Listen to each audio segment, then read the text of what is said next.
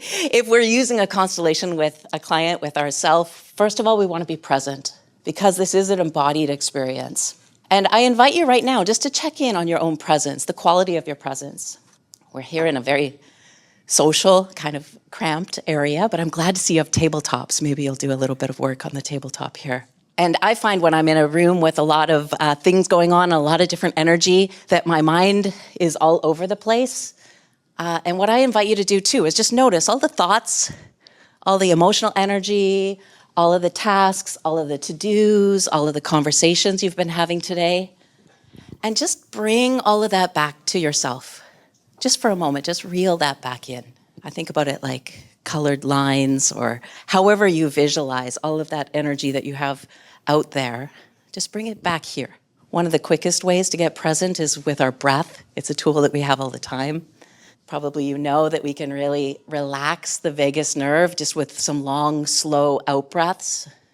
Take a minute just to bring attention to your breathing if that serves you to get present. For some people it doesn't, and so you can get present in other ways. Just for a moment, even if you'd like to close your eyes or just soften your gaze, just become aware of your presence.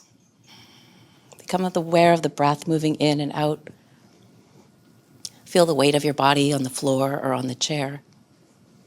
I don't have to tell all of you coaches how important it is to stay connected with our own body and our own presence as we hold space for other people. And I always say the amount of space we're able to cultivate within ourselves, in our own presence, directly translates into the kind of space that we can hold for other people. Just for a moment, feel the flow of life moving through you, moving through your cells and your atoms. You might see that as light moving through you or feel it like a tingling of aliveness. And we're going to come to some exercises, but there might be an intention that you'd like to set even for this experience, this presentation, something you'd like to learn or some way you'd like to be. Our intention frames what shows up in the field because the field is here all the time. It's not like we're magically conjuring it up. We're just learning to focus our attention to notice what is true, even at an unconscious level, even as an invisible level. So what is the intention you'd like to create for yourself today? Might be just to be curious. Might be to find one new thing you can bring into your coaching practice to try out. I encourage you to be bold with this. And we're going to get to step 3, 4, and 5 here, but I just wanted to just invite you just for a moment to move out of the head and into the body. This is what this work really requires. Sure, we can map, and it can be a very heady exercise, and for sure your clients will get results just by mapping something and looking at it from the outside, or drawing it and looking at it from the outside. But much more can happen when we start to notice this understanding of systemic work.